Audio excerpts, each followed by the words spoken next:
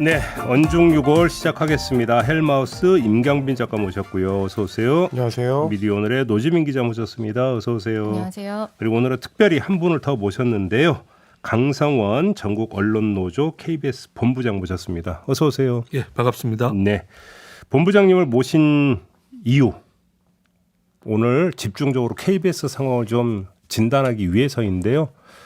박민 사장이 취임한 지 이제 일주일 되거죠.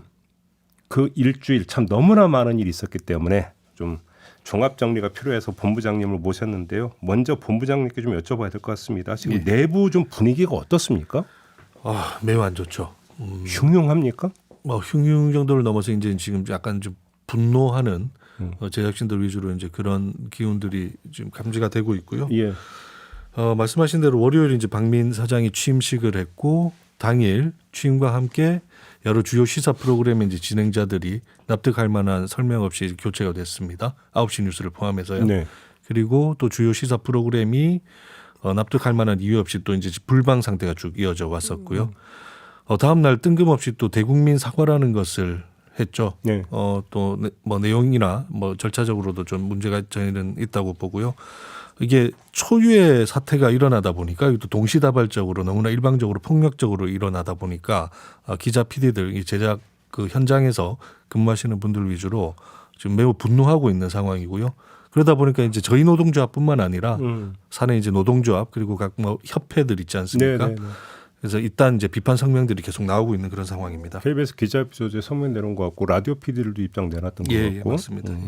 근데 우리 그 터줏대감 두 분께 한 번 좀 여쭤보고 싶은데 툭 까놓고 이야기해서 박민 사장이 취임하면 진행자 상당수가 하차 당할 것이다라는 걸 사실 예상을 했던 바 아닙니까? 솔직히 사실상 이야기. 예고가 돼 있었다고 봐야죠. 근데 이렇게 하차시킬 줄은 혹시 예상하셨습니까? 두 분은? 다시 말해서 고별 멘트조차 할 기회를 주지 않고 이렇게 되니까 내릴 거라고는 예상을 하셨는지가 궁금해서요.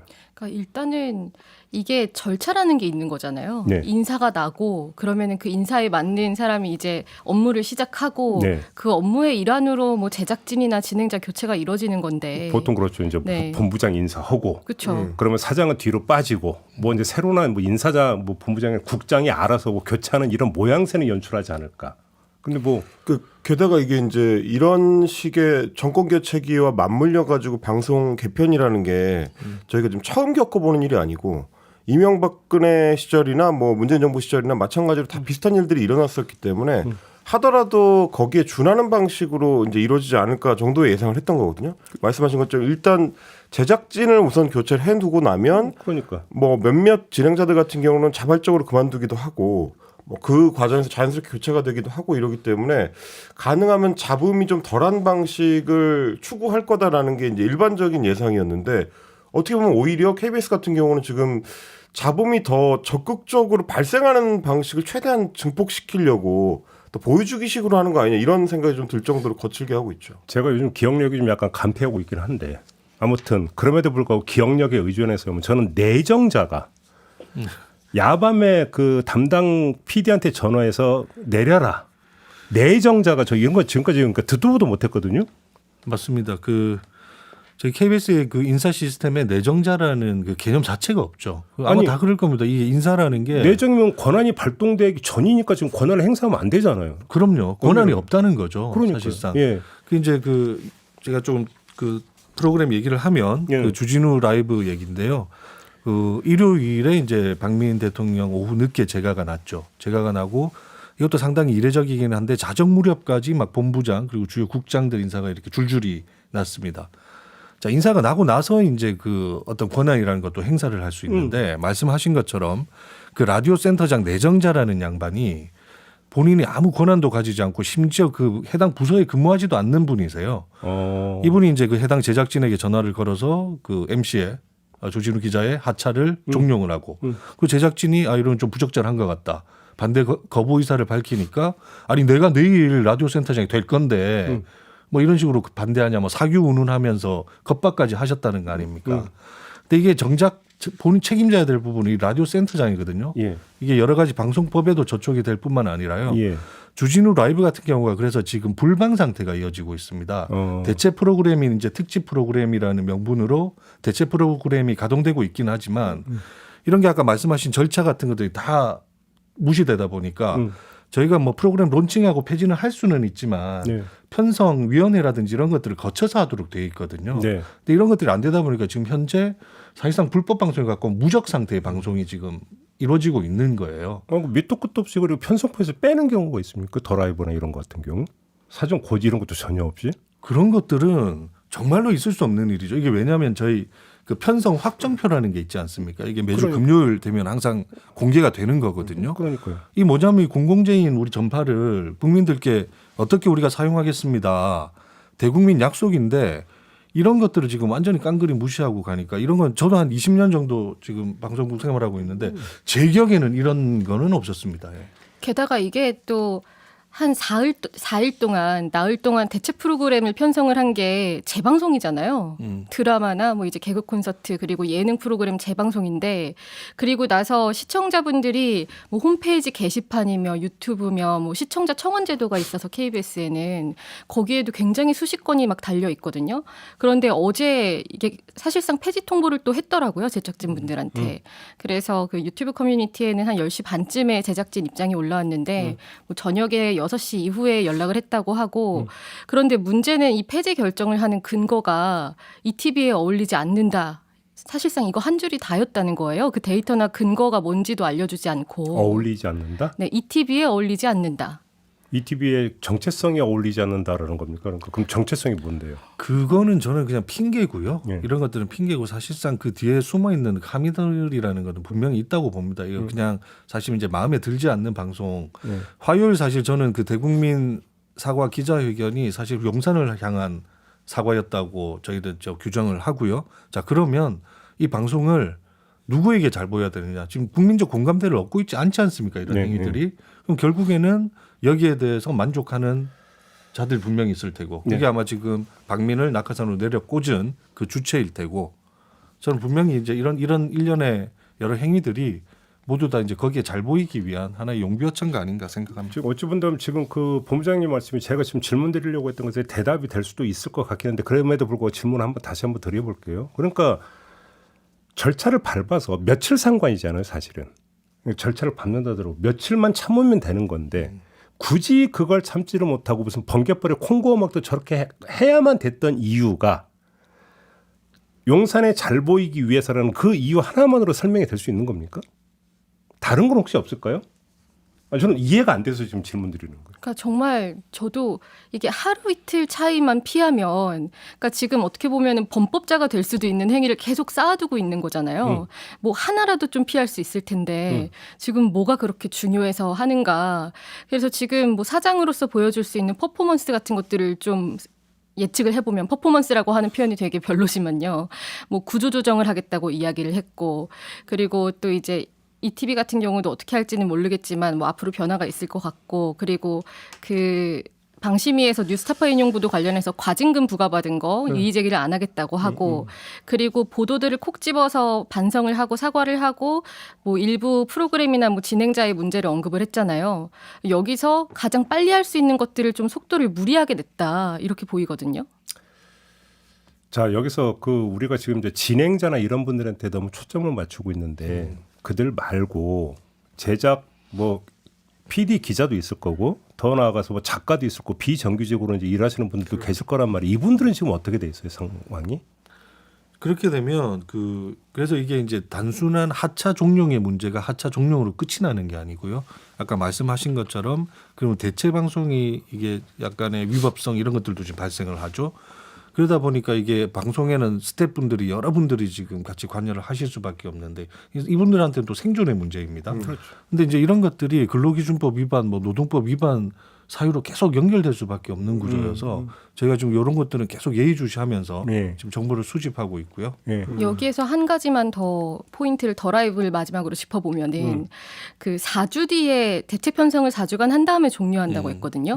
그런데 이 4주라는 기간이 뭔가 이게 프리랜서 분들 같은 경우에 4주 전에 이걸 통보를 해야 된다라는 규정이 있거든요. 아, KBS 안에? 네, 야. 그러니까 프리랜서 계약을 맺게 되면은 아. 뭐 변경 같은 것들이 편성 변경이나 뭐 이런 것들이 있을 경우에 계약을 종료하기 전에 4주 전에 통보를 해야 된다. 요즘 보통 이제 계약서 많이 쓰니까 네, 아, 그쵸. 계약 내용에 프리랜서 제작진들의 계약을 지금 4주 단위로 하는 걸로 알고 있습니다. 네. 4주 단위로 한다고요? 네, 네. 그러니까 원래는 이게 그 취지가 뭐 이런 뭐 정규직화를 할 수도 있고 그리고 고용 안정성을 보장을 해주기 위한 건데 지금 사실 좀 어떻게 보면은 꼼수처럼 유지가 되어 온 게 있는 거죠. 계약 문제가.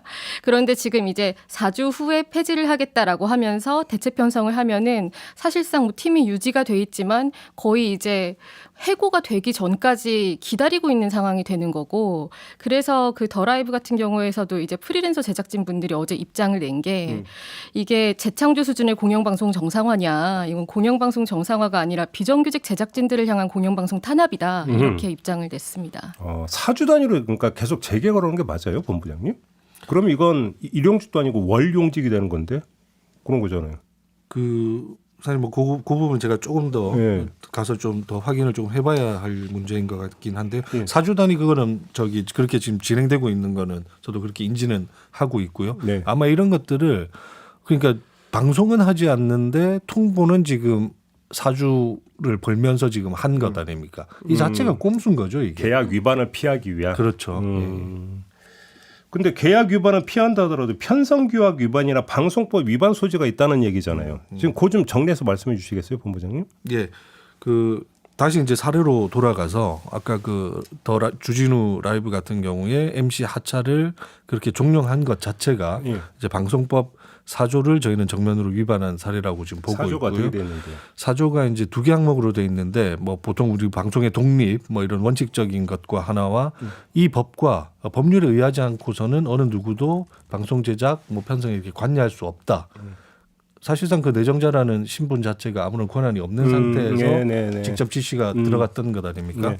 그리고 이게 이제 그러다 보니까 편성 규약에 따라서 방송이 론칭되고 폐지돼야 되는 것들이 무시가 돼 버렸죠. 그래서 불법 대체 방송이 지금 돼 있는 무적 상대 방송이 된 거고 그 이후에 이제 이런 것들은 이제 편성 규약 위반이 될 수 있는 겁니다. 그리고 이후에 아까도 계속 말씀드렸지만 그 우리 스텝 문제들, 네. 근로 조건의 문제들 이런 것들은 아마 노동법 또 위반 소지가 있어서 저희가 이런 것들이 캐면 캘수록 고구마 줄기처럼 엮여 있어요 지금. 그래서 리스트업을 쭉 하면 뭐 엄청난 숫자들이 지금 나오고 있고 해서 네. 아마 오늘 정도에 이제 보도 자료가 나갈 건데요. 다음 주 월요일 이게 다 모아서 이런 것들 저희가 고발하는 기자회견을 지금 예정하고 있습니다. 종합해서 다 종합해서. 예, 종합해서요. 줄줄이겠네요, 그러면. 예. 알겠습니다. 각을 좀 약간 돌려보죠. 자, 그러면 박민 사장이 취임한 후에 이제 주요 보직을 맡은 인물들 한 축, 그다음에 또 주요 프로그램을 맡은 진행자 다른 한 축으로 해서 어떤 사람들인지가 좀 궁금한데 일단 주요 보직을 맡은 사람들에 대한 평가를 좀 해주신다면. 그 평가를 할 것까지도 없고요. 그 과거에 지금 박민 사장 자체가 정권의 이제 낙하산이라는 오명을 거의 뭐 증명을 했지 않습니까? 본인 이사회 뭐 선임 과정이라든지 지금 들어와서 하는 행태들을 보면 그럼 이자가 쓸 수 있는 KBS 내부의 그 구성원 자원이라는 것들이 매우 한정적일 수밖에 없죠. 어디서 찾겠습니까? 네. 과거 우리가 방송 장악의 시대에 그 장악의 권력에 부역했던 자들 그리고 그 이후에 양심 있는 제작진들이 만드는 프로그램 이런 것들을 폄훼하고 내부에서 갈라치기 하고 거기에 편승했던 자들 뭐 그렇게 크게 보시면 되고요. 네. MC들 역시도 뭐 마찬가지입니다. 지금 뉴스9 바뀐 MC 같은 경우에도 앞서 이제 일요 진단 같은 프로그램을 좀 맡기는 했었는데요. 그때도 논란이 됐지 않습니까? 이게 클로징 멘트를 가지고 고대영 사장 해임 판결이 나온 걸 가지고 이런 것들에게는 유리하게 풀고 예. 또 지난 정권 그리고 뭐 이런 것들에 대해서는 비판 각만 세우는 매우 약간 경도된 특정 정치 세력이 경도된 이런 것들을 보여서 지금 MC로서의 그 사실 공영방송 MC로서의 뭐 자질 문제 같은 것들은 아마 국민들이 판단하실 수 있을 거라고 생각해요. 바로 그 지점에서 하나 여쭤보고 예. 싶은 게 예를 들어서 이제 그 프리랜서가 진행을 맡은 경우는 뭐 그냥 그렇다 치는데 지금 내부 그러니까 직원이 그러니까 진행을 예를 들어서 이소정 앵커 같은 경우 예. 그러니까 직원의 신분은 유지가 되고 있잖아요. 그럼 지금 그분은 어디서 어떻게 지금 무슨 일을 하고 있는 겁니까? 이소정 앵커 같은 경우. 그 이소정 기자 같은 경우는 작별 인사를 못했죠. 못했죠. 이게 이제 또 저희가 평일 그 뉴스 진행을 맡고 계신 분이다 보니까 금요일 방송을 마친 상황의 시점이 아직 그 새로운 사장의 재가가 떨어지기 전이었고 주말 앵커는 이제 다른 분들이 또 진행을 하신단 네, 말이죠. 네. 근데 공교롭게 이제 일요일 재가가 되면서 본부장 인사가 나고 이제 하차 통보가 가게 된 거예요. 근데 그것도 말씀하신 것처럼 이게 무슨 하루 이틀 만에 그렇게 급박하게 바꿔야 될 이유가 있나. 이소정 앵커 같은 경우는 지난 4년 동안 뉴스나인을 이끌어 오면서 나름 또 여성 앵커로서 네. 또 그 뭐 미디어계에 이렇게 또 던진 함의 같은 것들도 네. 분명히 있다고 생각을 합니다. 근데 그런 분들이 상당히 화제가 됐던 분이죠. 예, 그런 분이 아무런 뭐 작별 인사 없이 이 개인의 문제가 아니고요. 뉴스나인이라는 간판 프로그램이 국민분들께 그리고 그 시청자분들께 대한 예의죠. 그 최소한의 예의도 지켜지지 않은 상황이 벌어진 거라고 보죠. 제가 왜 이걸 여쭤봤냐면 저도 이제 한때 몇 년간 KBS 라디오를 출연한 적이 있었고 근데 그 이명박 정부 들어서 이제 어떻게 했냐면 사실 이제 진행자는 이제 시작이고 그래서 이제 내부 직원들에 대한 인사가 아마 이제 줄줄이 있게 될 텐데 예를 들어서 이명박 정부 때를 보면은 라디오 PD의 상당수를 그러니까 예를 들어서 일라디오에서 빼가지고 그래서 어떤 국제 방송이라든지 장애인 방송이라든지 이런 데로 그냥 다 몰아버리는 이런 현상이 있었거든요. 이번에도 이런 것들이 비슷하게 또 나타날 가능성도 배제할 수 없는 거 아닌가요? 뭐 실제로 주요 보직을 맡았던 분들 같은 경우에 예를 들어 뭐 이전 통합뉴스룸 국장, 보도국장이죠. 뭐 수원 인재개발원으로 발령이 나기도 했고, 네. 그리고 예전에 앵커를 했던 그 엄경철 전 공영미디어 연구소장도 인재개발원으로 발령이 됐고, 그리고 언론학 박사로 활동을 해왔던 그 전략 기획실장 같은 경우에는 그 기술연구소로 발령이 났다고 하는데 거기가 이제 전기공학 박사분들이 기술을 연구하는 곳으로 났다고 하고 이소정 앵커 같은 경우는 지금 9시 뉴스 제작하는 부서의 평기자 신분으로 있는데 아, 그 제작 네. 9시 뉴스 제작부제는 있는 거예요 지금? 네 그렇게 알고 있는데요. 또 예. 앞으로 인사가 추가적으로 날 수도 있겠죠. 지금 상황에서는. 근데 이제 결국 좀 지켜보는 입장에 봤을 때는 이게 다 방송과 관련된 파트가 연동돼서 움직인다는 느낌을 받게 되는 게 무리한 방식으로 뭔가 진행이 된다라는 거는 이전에 이제 방송통신위원회에서부터 다 시작이 된 거거든요. 방송통신위원회가 이 대통령이나 여권에서 임명한 인사들 2명으로만 파행 운영이 되는 상태로 공영방송들의 어떤 이사진을 개편하는 작업을 계속 속도전으로 진행을 했었고 네. 그리고 그게 이제 문제가 되다 보니까 박문진 같은 경우는 어떻게 보면 정권 입장에서 개편에 실패하는 상황이 이제 몰렸었고요. 그러다 보니까 성공한 KBS의 경우에 좀 더 속도전을 내려고 했었던 거 아니냐. 그게 이제 연동되어 있는 것 같다라는 느낌을 주는 거고요. 그리고 추가로 이제 어차피 총선을 앞두고 방송 개편을 하려고 했었다는 속내를 좀 같이 생각을 해보면 그것도 결국 용산을 향해서 우리가 이렇게까지 열심히 하고 있다. 최선을 다해서 뭔가 좀 결과를 내려고 하고 있다. 이런 목적에서 방통위와 뭐 KBS가 같이 움직인 거 아닌가. 뭐 이런 생각을 해볼 수밖에 없는 거죠. 근데 지금 과정이 일 처리가 너무 그러니까 저기 아주 투박하다, 거칠죠. 거칠다, 예. 매끄럽지 못하다 이런 게 있는 거잖아요 지금. 저하고 통화했던 라디오 제작진 중에 한 분은 우당탕 퉁탕이라고 표현하시더라고요. 부당탕 퉁탕까지. 아니 저는 그러니까 박민 사장은 그러니까 방송을 잘 몰라서 그렇다고 치겠는데 주요 보직에 그러니까 그 예를 들어서 내정이 됐건 이런 사람들은 KBS 있는 사람들이잖아요. 그렇죠. 네. 근데 어떻게 일처리를 이렇게 하느냐는 거 제가 이건 어떤 가치 평가 이전에 의아한 게 그거거든요. 저는 정말 이걸 누군가 조언을 해주는 걸 고지고대로 듣고 있다면 박민 사장한테 정말 못할 짓을 하고 있는 게 아닌가라는 생각이 들 정도더라고요. 지금 하는 걸 보면은. 아니 어떻게 일처리를 이렇게 할 수가 있어요?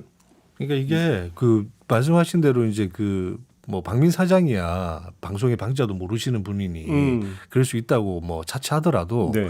그가 임명한 그러면 그 본부장 그 주요 국장들은 적어도 뭐 KBS에서 한 30년 방송밥 먹은 분들일 텐데 이걸 몰랐다면 정말 무능이고요. 그러니까요. 이걸 알고 그랬다면 그건 더 큰 문제죠. 이거는 이제 위법적인 뭐 지금 소지로까지 연결될 수 있으니까요.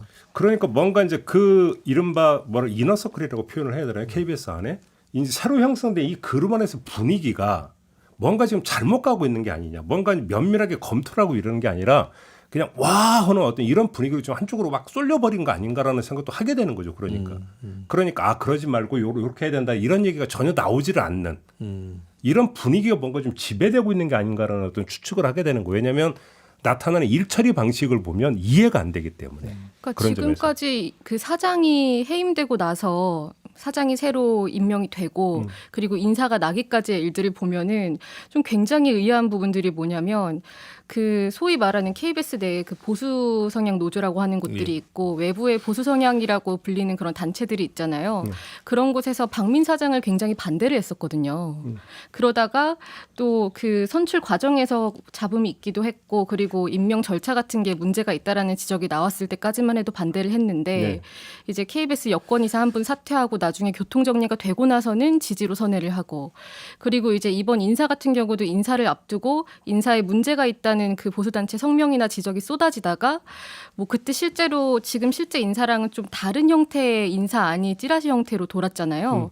그리고 나서 지금의 인사가 나오고 나서는 또 다시 입장이 바뀌고 이런 걸 봤을 때 이게 굉장히 외부 단체에 의해서 내 외부 단체에 의해서 휘둘리는 것 같은 인상을 주거든요.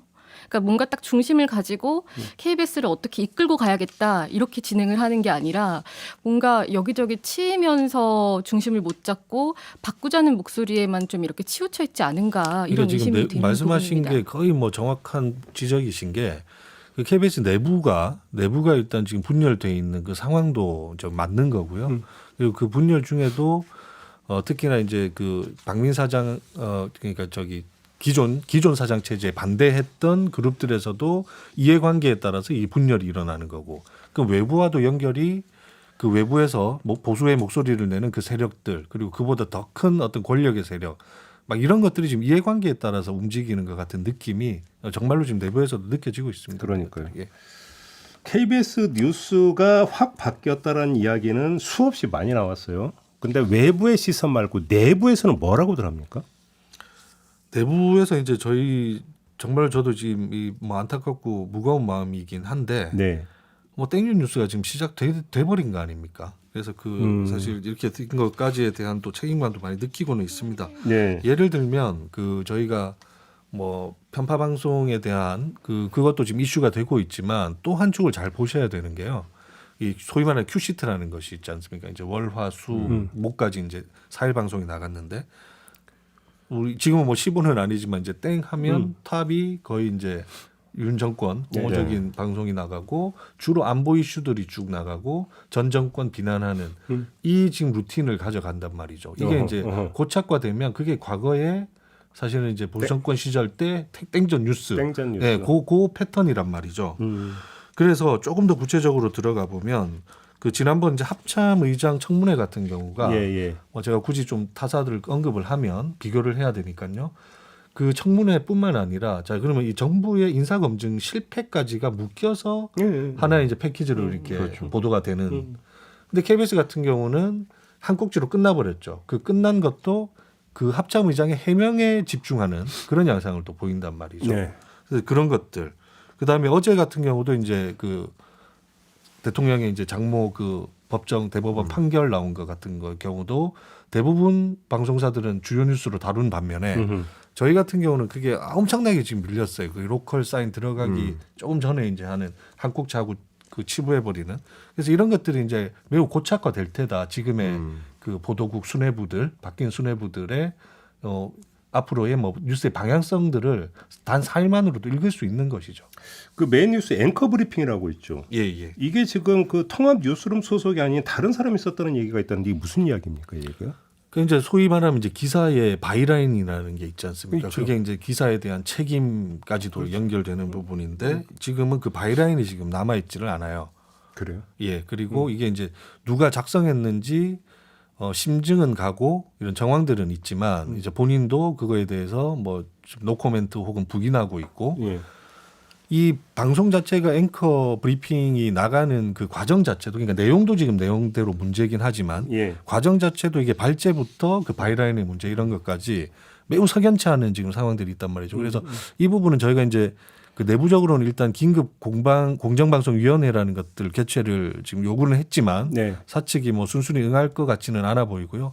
이건 뭐 언론 중재라든지 저희가 또 이것 역시도 좀 법적인 대응을 통해서 좀 끝까지 이 책임을 좀 물어야 될 것 같습니다. 박민 사장이 기자회견을 열어서 대국민 사과를 했잖아요. 그러면서 4개 특정 그 보도를 콕 집어서 언급한 바가 있지 않습니까? 저는 그걸 보면서 그러니까 들었던 생각이 이 보도 기사 작성자나 데스크나 이런 사람들에 대한 혹시 징계 얘기로 이게 연결이 될까? 이제 저는 그게 궁금해요. 혹시 그 움직임이 좀 있습니까? 그렇죠. 충분히 이제 그런 시나리오로 갈 수 있는 개연성은 저는 충분하다고 보고요. 네. 이게 왜냐하면 대국민 사과하는 날 이제 그 얘기를 했단 말이죠. 앞으로 이런 뭐 공정성 시비가 불거지는 보도에 대한 제작진에 대해서는 소위 말하는 원 스트라이크 아웃제를 도입하겠다. 네. 바로 했고 예. 그게 앞으로라고는 하지만 그날 뉴스나인의 바로 앵커 브리핑을 통해서 4가지 특정 보도가 특정돼 버리고 여기에 가짜 뉴스 프레임이라는 게 씌워져 버리고 예. 박제화돼 버렸단 말이죠. 네. 이 과정에서 그 보도 당시의 상황, 이 보도를 해야만 했던 필요성, 이유 이런 것들은 전혀 설명이 되지 않았습니다. 그리고 심지어 그 보도를 했던 취재 기자들에게 일종의 반론권도 제공하지를 않았어요. 뭐 이유를 물어보지도 않은 상황이고. 네. 그래도 아까 말씀드린 대로 이제 그 발제 과정이라든지 이런 것들이 매우 석연치 않게 됐고. 네. 이런 것들은 충분히 앞으로 그 지금 바뀐 수뇌부들이 향후 징계 사유로 삼을 구실을 마련하려고 한 거 아닌가 하는 충분한 그러니까 의심을 가질 수 있죠. 이게 지금 TBS 사례에 준해서 보면 예. 특정 보도가 오보였다 내지 가짜 뉴스였다 해서 징계를 하는 게 아니라 김어준의 뉴스 공장이 너무나 편파적이었기 때문에 이거에 대해서 책임 있는 책임자와 제작진에게 책임을 물어야 된다 해서 뭐 그러니까 국장에 대한 뭐 해고 결정 이런 것까지 지금 나오지 않았습니까? 그렇죠. 그러니까 특정 기사의 작성 기자를 넘어서 어떤 뭐 편파성이나 뭐 불공정성 이런 것들을 앞세워 가지고 그 전 단계 제작 라인에 대한 아주 포괄적 징계로까지도 그러니까 TBS의 경우를 만약에 준해서 본다면 배제할 수 없는 거 아닙니까? 그러니까 이게. 불공정 방송 관련해서 경위와 진상을 규명하기 위해서 뭐 백서를 발간하겠다 이런 발언도 했기 때문에 네. 실제로 그런 작업이 진행이 될 수도 있겠죠. 그러니까요. 그래서 사실은 진행자 몇 명을 그 불시에 그냥 하차시켰다는 제가 볼 때는 전체가 아니라 아주 그 작은 시작에 불과할 가능성이 제가 볼 때는 되게 큰 것 같아요. 예. 그것이 결국은 진행자, 뭐 직접 제작진 더 나아가서 간부진까지 포괄적으로 어떤 인사가 칼바람이 그러니까 그 발생할 가능성이 대단히 높지 않을까. 그런 것까지 좀 걱정이 돼서 좀 질문을 드렸던 거고요. 근데 이제 저는 그 대목하고 연동해가지고 좀 걱정이 되는 게 저희도 이제 KBS 사안을 언중유고를 위해서 꽤 오래 계속 취재를 해왔는데 그때마다 주로 제가 접촉을 했었던 이제 젊은 노조원들이나 네. 젊은 기자들이나 이런 쪽에서 많이 나왔던 얘기가 기존의 경영진, 김우철 체제 경영진이 굉장히 좀 무기력하다.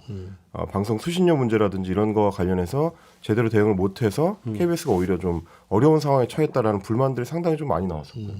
그러다 보니까 젊은 제작진이나 젊은 기자들 사이에서 무슨 얘기가 있었냐면 그러면 이렇게 된 김에 뭐 한번 경영진이 바뀌어서 뭔가 좀 전환점을 만들 수 있는 계기가 될 수 있지 않을까라는 얘기를 하는 노조원도 있었고 그리고 지금도 제가 듣기로는 이런 사안들이 진행되고 있는 거에 대해서 적극적으로 이제 노조의 어떤 행보나 여기에 이제 참여하는 목소리가 많이 나오는 것 같지는 않더라고요. 이제 그러다 보니까 지금 주로 이제 노조에서 얘기하는 게 좀 법률적인 대응 이런 쪽에 좀 치우쳐져 있는 것 같은데 이거는 아무래도 좀 시간이 오래 걸리는 문제잖아요. 쉽게 이제 사원 행동이 거의 없다 이런 그렇습니다. 얘기잖아요. 직접적으로 뭔가 대응하는 뭐 예를 들면 제작 거부라든지 혹은 뭐 파업을 위한 준비라든지 뭐 이런 것 움직임들은 잘 안 보이는 것 같아서 혹시 그런 쪽도 생각을 하고 계신가? 그게 이제 가능할까? 뭐 이런 생각이 뭐 저는 지금 노동조합의 대표로서 지금 또 이게 제가 가지는 한계도 분명히 좀 있어서 말씀이 좀 조심스럽긴 합니다. 근데 이 뭐 제작 자율성 파괴의 부분, 공영방송의 훼손의 부분에서는 궁극적으로는 뭐 파업 이상의 것도 불사해야죠. 불사해야 된다고 보고. 근데 다만 이제 지적해 주신 것처럼 지금 내부에서의 어떤 상황들, 지금 전개돼 왔던 내부의 동력 이런 문제들이 또 현실적인 부분들이 좀 있는 것 같아요. 근데 이게 뭐 다행인지 불행인지 그 지난 4일 동안에 지금 사측이 보여주는 행태들에 대해서 그 소위 말하는 움직이지 않았던 내부의 그 동력들이 매우 지금 불만을 넘어선 분노로 지금 이게 응집되고 있다는 이제 거는 하나둘 성명이 나오고 예, 있으니까. 예.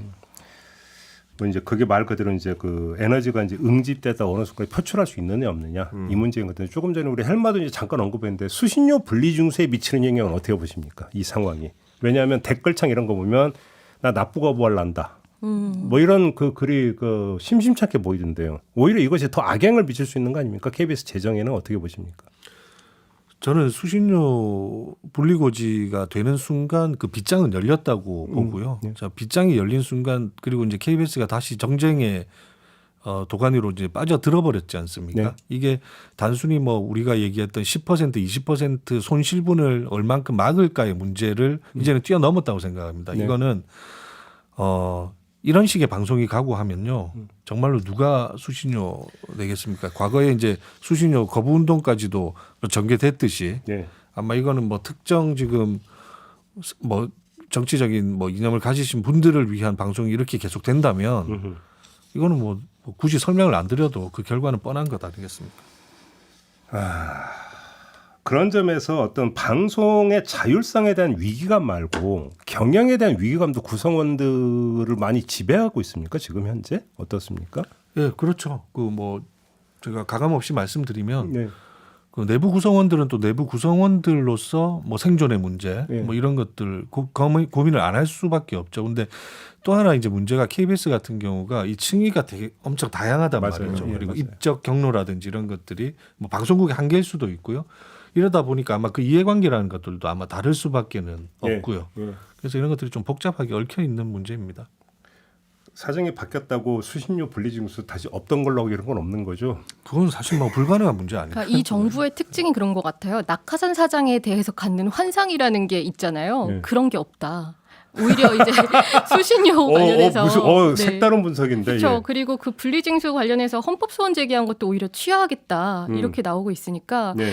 보통은 와서 좀 그나마 정권에 가까운 사람들이 오면 도움이 될 수 있는 게 있지 않겠느냐라고 네. 생각하는 게 굉장히 허상이다라는 걸 이렇게까지 투명하게 보여주는 때가 있었나 네. 싶더라고요. 알겠습니다. 이제 마무리 좀 해야 될 것 같은데 근본적으로 왜 대한민국의 공영방송은 정권만 바뀌면 이렇게 난리를 쳐야 되는지 결국 이 얘기를 안 할 수가 없는데 본부장님 예. 왜 정권이 바뀔 때마다 이렇게 외풍에 시달려야 되는 걸까요? 대한민국의 공영방송은 뭐 저는 대한민국뿐만 아니라 그 언론 교과서에도 나와 있지 않습니까? 뭐 권력이 뭐 네. 방송 언론을 이렇게 장악하려는 그 속성은 뭐 늘 역사적으로 있어 왔던 거고요. 네.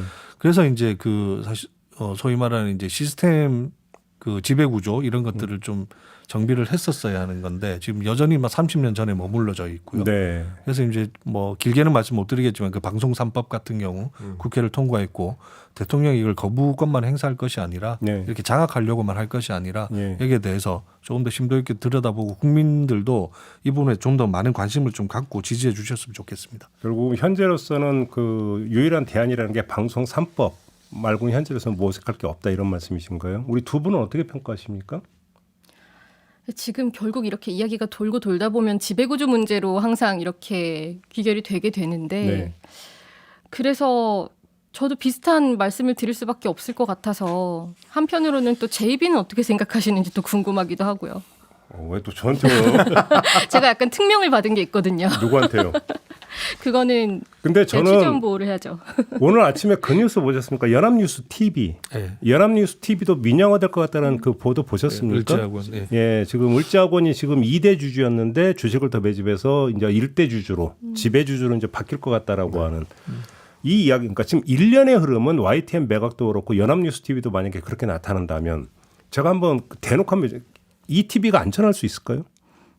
제가 한번 대놓고 한번 여쭤볼 것 같은데. KBS ETV. 예, KBS ETV. KBS ETV를 따로 떼어서 혹시 그 민영화하는 시나리오는 전혀 불가능할 거라고 보십니까, 본부장님? 불가능한 시나리오는 없을 것 같습니다. 네. 지금 이 정부가 이렇게 무도하게 하는 거 보면 그리고 네. 이미 이런 시나리오들이 예측이 됐던 것도 사실이고요. 이동관 방통위원장이 네. 오기 전부터 네. 그죠?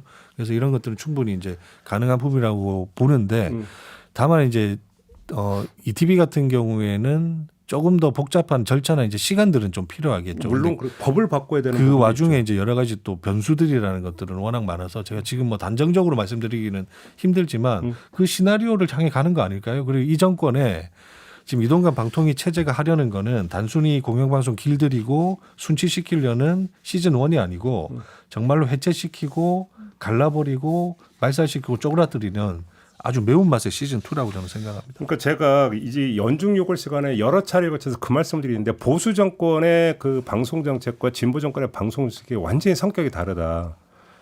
보수 정권의 그 방송 정책은 계속 판을 흔드는 것이었다. 그러니까 그래서 노태우 정부 때 제1차 방송구조 개편이 이루어집니다. 그러면서 SBS가 만들어지고 김영삼 정부에서 그러니까 그 케이블이 본격적으로 추진이 되고 이명박 정부에서 종편이 승인이 되고 그다음에 지금 그 윤석열 정부에서 나타나고 있는 것들이 기존 공영 성격을 띠고 있는 방송을 민영화하는 데 지금 가속도를 붙이고 있다는 겁니다. 그러면 보수 정권에서 나타나는 방송 정책은 일관성을 갖고 있어요. 뭐냐면 다매체를 지향을 하고 공영의 영역을 줄여가면서 민영화 쪽으로 계속 어떤 넘겨버리는 그런 상태에서 YTN이 나온 거고 오늘 나온 연합뉴스 TV 그러니까 그 일대주주 변경 얘기도 나오고 궁극적으로는 ETV. 어찌 본다면 내년 총선 결과에 따라서 만약에 국민의힘이 다수당이 된다. 원내 과반 MBC도 저는 바꿀 수 그렇게 손댈 수도 있는 여지가 저는 있다고 보는데 지향점은 이거다. 근데 이제 방송 3법이라는 것은 기존의 공영방송 체제가 그대로 있다라는 전제하에서 어떻게 소유구조로 바뀔 것인가의 문제니까 접근법이 완전히 다르다라는 겁니다. 그러니까 만약에 지금 제가 분석한 게 맞다면 지금 정부의 그러니까 그 지향점과 방법은 그런 게 아니라는 거예요. 판을 뒤집어 엎는 것 이것이다라는 것이고 그 관건이 결국은 내년 총선이 될 수밖에 없는 거죠. 왜냐하면 KBS나 MBC를 이제 건드리려면 그건 이제 법을 바꿔야 되는 문제가 있기 때문에 이런 것 아니냐. 그러면 이런 것에 대해서 그러니까 큰 그림 저는 방송 3법 같은 경우도 저는 유일한 대안이라고 보지가 않는 게요. 그럼 뭐냐면 구조라고 하는 가장 기본적으로 방송 구조, 방송판이라고 하는 것에 대한 시각이 이렇게 다른데 그러니까 다른데도 불구하고 이쪽의 시각만을 가지고 소유 구조를 조금만 넓힌다. 이게 과연 궁극적으로 대안이 되고 저쪽에 받을 수 있는 것이냐라는 문제가 제기가 된다는 겁니다. 이런 문제에서. 그렇게 놓고 본다면 더 큰 문제는 따로 있는 게 아니냐. 이렇게도 볼 수 있는 거 아닌가 싶은 생각이 좀 들어요. 그러면서 결국은 공영의 여지는 계속 더 줄어들어 버리는. 그러면서 이제 민영이 어떤 판을 치고 주도권을 쥐고 그래 버리면 손을 놓아도 이제는 상업 논리나 이런 것들에 따라서 자동으로 어떤 조절되는 방송 컨텐츠 자체가 궁극적으로 가고자 하는 방향은 그거 아닌가요? 뭐 그 지금 말씀하신 부분에 대해서 저도 뭐 상당 부분 동의하고요. 네. 그 지향점에 대해서는 아마 비슷한 이해들을 다 갖고 있을 겁니다. 이제 다만 그러면 거기에 대해서 일종의 지금 우리가 할 수 있는 것들 혹은 그 솔루션 이제 이 문제까지 들어가면 당장 이제 뭐 답이 지금 뚜렷이 안 보이는 거죠. 그러다 보니까 지금 어쨌든 간에 불거져 있는 이제 방송 3법 뭐 여기에 대한 뭐 즉각적인 이제 대응들. 물론 저도 방송 반대하는 건 아니고요. 그렇죠. 근데 문제는 이 민영화라고 하는 것들에 대해서 제어할 수 있는 방법이 있느냐라는 거죠. 제가 여쭤보는 것은. 그러니까 지금까지 굉장히 그 오랜 시간에 걸쳐서 뭔가 맞서 싸운 역사도 있고 네. 그리고 흔들린 역사도 있고 하면서 시스템을 좀 만들어둔 거잖아요. 그렇죠. 최대한 개입하지 않도록 그리고 내부에서 자율성을 보장하도록. 근데 지금 말씀하신 것처럼 방송 3법 같은 것도 좀 더 이렇게 지금의 시스템을 너무 정권에 귀속되지 않게끔 하는 건데 문제는 그렇게 쌓아올린 것들이 굉장히 무력화되고 있는 상황이라서 그런 한계들을 보면 참 답답한 부분들이 많죠. 근데 이게 결국에는 그러면 지금 당장에 그럼 우리 사회가 대안을 제시하지 못하고 그냥 보수 세력에서만 그렇게 그냥 자본시장 쪽으로 공영성을 다 회귀시키자 그런 거라면 이건 어쨌든 사회적 합의라고 볼 수는 없는 것이고요. 네. 결국 사회적 합의를 찾아가야 되는 거면 BBC가 사실 이제 그렇게 지금 그 루트를 따르고 있지 않습니까? 그렇죠. 이게 뭐 수십 년으로만 연명하겠다는 것이 아니고 어쨌든 다른 재원을 찾아보자. 근데 그 사회적 합의가 유럽 같은 경우는 뭐 길게는 뭐 10년 이상씩 걸리는 것도 다 잘 아실 테고 그렇죠. 프랑스 같은 경우는 뭐 방법을 찾긴 했지만 이게 기금 쪽으로 가다 보니까 이게 결국 예전보다도 뭐 좀 못하다는 또 평가도 나오고 하는 부분이어서 자 그러면 그 사회적 합의를 시작해 보자는 것도 하나의 저는 다시 원점에서의 그 대화도 뭐 하나의 대안이 될 수도 있다고 봅니다. 그러니까요. 늦지만. 예. 예.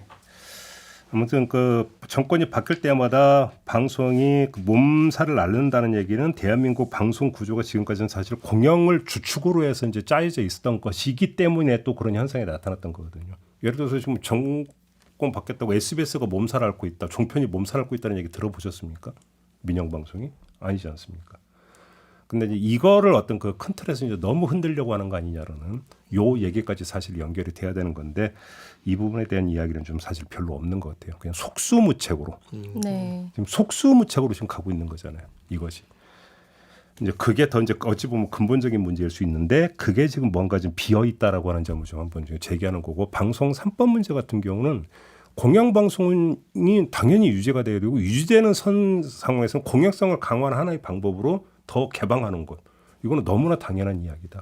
되게 모범답안 같은데 결국에는 이 정치판을 움직일 때 뭐 국민들, 뭐 시민들 관심이 얼마나 모여서 목소리가 나오느냐 이런 얘기를 또 안 할 수도 없기도 하죠. 그게 이제 저희도 저번에 얘기했지만 이게 2012년에 MBC, KBS가 모두 파업할 때 어떤 시민들의 호응과 지금 나타나고 있는 시민들의 반응이 많이 다르거든요. 많이 다른 데는 여러 가지가 이유가 있겠지만 결국은 이제 시민들 같은 경우도 굳이 공영방송에 우리 의지 안 해도 된다. 라는 시각도 엄밀히 솔직해서 있는 거죠. 다매체 시대가 되다 보니까. 거기서 공영방송 입지가 그만큼 줄어들어 버린 건데 조금 아까 말씀드렸던 그런 지금 이 방향으로 판을 더 이제 깨겠다고 돼버리면 더 이제 입지가 줄어드는 거 아니냐는 얘기죠. 결국은. 이 얘기가 안 되고 있어서 좀 약간 아쉽다라는 얘기도 마저 드리면서 시간이 좀 제한이 되어 있다 보니까 오늘 언중역으로는 좀 마무리 좀 해야 될 것 같습니다. 아무튼 본부장님 힘내시고요. 예, 네, 불러주셔서 감사합니다. 많은 국민들이 또 함께 하실 거라고 생각을 합니다. 네, 자 언중역을 이렇게 끝내겠습니다. 두 분도 함께 해주셔서 감사드리고요. 저도 물러가겠습니다. 고맙습니다. 고맙습니다. 감사합니다. 감사합니다.